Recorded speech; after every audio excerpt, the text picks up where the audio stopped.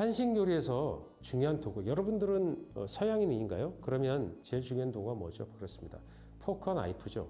포크와 나이프가 개발된 것은 아주 오래전이지만 과거에는 물론 포크라는 것이 일반화되지 않았습니다.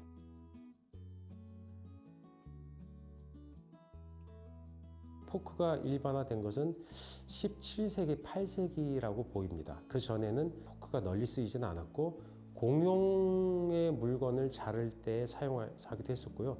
개인적으로는 칼만 제공되거나 그냥 손으로만 음식을 먹기도 했었습니다.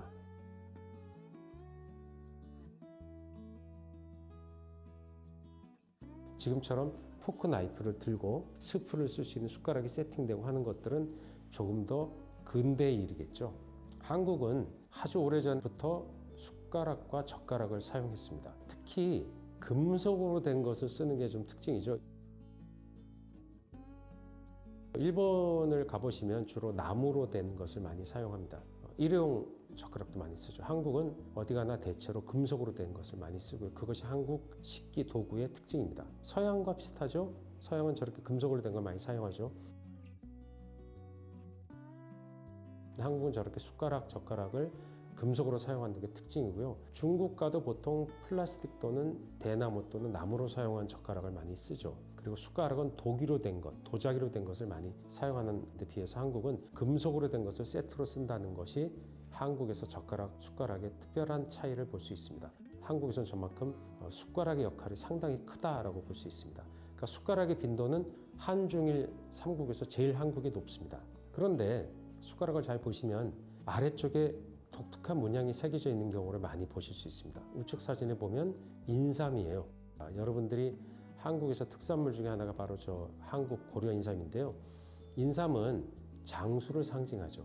그래서 저 숟가락에 해와 달, 거북이, 학 이런 장수를 상징하는 아시아의 상징 동물들을 거기다 많이 넣습니다. 근데 인삼을 넣는 거는 한국만의 특징이죠.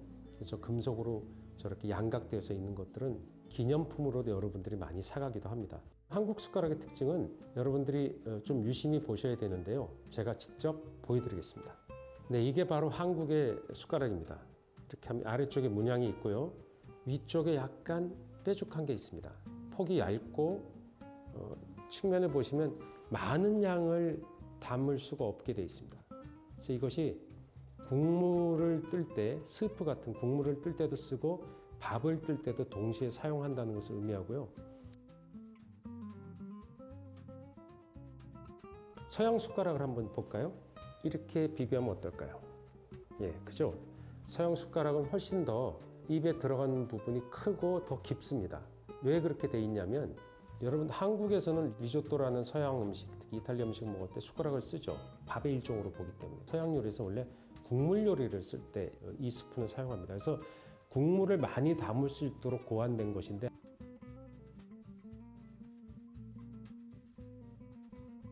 한국 숟가락은 조금 더 원형 자체가 더 작죠. 더 작고 이 깊이가 조금 더 낮습니다. 그래서 한국은 밥과 국과 반찬으로 이루어진 식사거든요. 그래서 조금 숟가락의 모양이 특별하게 다릅니다. 그런데 한국에선 젓가락 외에도 숟가락만으로도 식사가 원래 가능했습니다. 왜? 잘 보시면 이 날이 굉장히 날카로워요. 그래서 이 옆에 날이 서양 숟가락에 비해서 굉장히 얇기 때문에 어떤 물건을 자를 때 아주 수월하게 자를 수가 있어요. 그리고 위쪽에 보면 약간 뾰족하게 나와 있죠. 이것도 뭔가를 절단할 때 사용하기 좋습니다. 숟가락은 되게 다목적으로 사용하고요.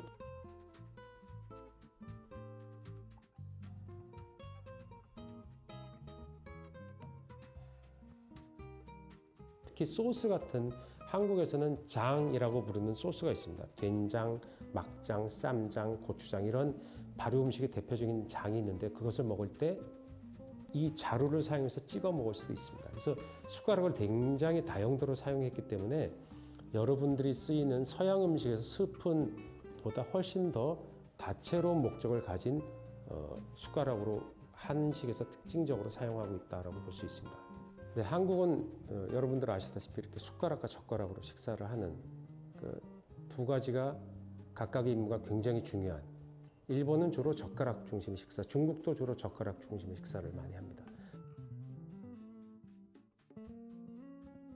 한국은 이렇게 밥을 먹을 땐 일본, 중국은 젓가락만을 사용해서 되게 식사를 하는데 한국은 밥은 숟가락으로 먹어야 예의인 나라입니다. 근데 점차 한국도 젓가락만으로 식사하는 쪽으로 점점 변해가고 있지만 여전히 숟가락은 굉장히 중요한 사용이 됩니다. 근데 이 젓가락은 금속으로 되어 있어서 사용하기가 쉽지 않죠. 여러분들 아시아권의 국가가 아니라면 젓가락을 잘 사용하지 못하는 분도 많이 있을 겁니다. 그래서 인터넷 검색을 해보면 뭐 How to use the chopstick 이런 문장으로 검색을 해보면 수백만 개의 동영상과 이미지와 문서 자료가 있어요. 그만큼 서양에서 특히 영어권 국가 또 여러 나라 국가에서 젓가락 사용법을 알고 싶어하는 분들이 많이 있습니다. 그래서 그만큼 젓가락 사용이 상당히 어렵고요. 또 아시아 음식을 먹을 땐 반드시 젓가락을 쓰게 돼 있기 때문에 젓가락을 잘 사용하는 것이 그쪽에서는 아시아 문화를 이해하는데 첩경으로 그렇게 보이기도 합니다. 그래서 연습도 하시고요. 또 동영상 보면서 실제로 집에서 이렇게 사용법을 연구하기도 합니다. 여러분들은 댁에서 가정교육을 받거나 이럴 때 상당히 어려움을 많이 겪었죠. 예를 들면 팔을 옆에 옆구리에 잘 붙이고 있으라고 옆에다가 책을 하나씩 끼우고 이렇게 훈련을 받았다고 하는 옛 서양 사람들의 증언도 많이 저희가 접하고 있습니다. 근데 우리도 이렇게 젓가락질 잘 하기 위해서 이렇게 소리를 내는 연습을 따로 하게 돼 있습니다. 이렇게 해야 소리가 나거든요. 하지만 이 쇠 젓가락은 스테인리스로 만들어지는 게 한국에서는 주로 사용되는데 사용이 좀 어렵습니다. 흥미로운 일화가 있습니다. 제가 북유럽에 취재를 갔는데 거기에 초밥집이 하나 있었어요. 스시하우스죠. 북유럽이니까 연어 양식을 많이 하지 않습니까? 그래서 연어 알로 된 초밥이 있는데 그 초밥은 한국에선 되게 비싸요. 일본에서도 물론 비쌉니다. 북유럽에선 연어를 양식을 많이 하니 값이 쌌어요. 북유럽은 물가가 비싼데도 불구하고 연어알 스시는 한국보다 훨씬 쌌어요. 이렇게 싸다니 해서 제가 몇 개를 시켰어요. 그래서 그걸 탁 먹으려고 젓가락을 대는 순간 옆에 있던 북유럽 현지인 여러분들이 저를 동시에 탁 보는 거예요. 저 사람은 젓가락의 종주국에서 왔는데 얼마나 젓가락질을 잘하나 궁금했던 것 같아요. 그래서 제가 그걸 보여드리려고 초밥에 연어를 하나씩 집었어요. 하나씩 집어서 먹으니까 그분들이 전부 입을 딱 벌리고 깜짝 놀라는 표정을 짓는 거예요. 그 연어알은 작고 미끄럽지 않습니까? 그걸 제가 젓가락으로 집어내니까 놀라웠다고 생각했던 것 같아요. 동시에 저희들은 서양인들이 포크 나이프질 잘하는 거 보고 상당히 놀라거든요. 서로 문화가 달라서 생기는 일이라고 생각합니다. 한국 또는 동양이라고 할 수 있는 아시아라고 할 수 있는 큰 카테고리와 서양이라고 하는 큰 카테고리의 음식 문화가 서로 다르죠. 근데 한국이라고 하는 음식 문화는 독특한 형식으로 발달해 왔습니다. 여러분들이 만났을 때 되게 신기해하고 먹는 방식이나 그런 것들이 좀 놀랍죠.